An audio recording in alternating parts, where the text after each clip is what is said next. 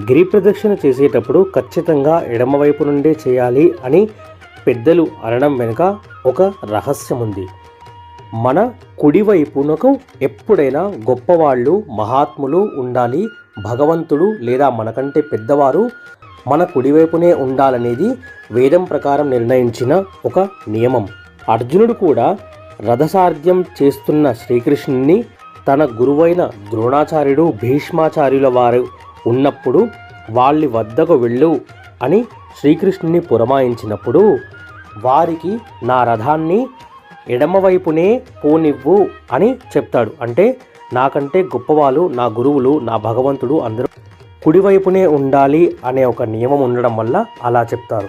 సర్వశ్రేష్ఠుడైన భగవంతుడు మనకు కుడి పక్కనే ఉండాలి. గిరి ప్రదక్షిణ చేసేటప్పుడు మనకు ఎడమవైపు నుండి గిరి ప్రదక్షిణ మొదలుపెట్టాలి.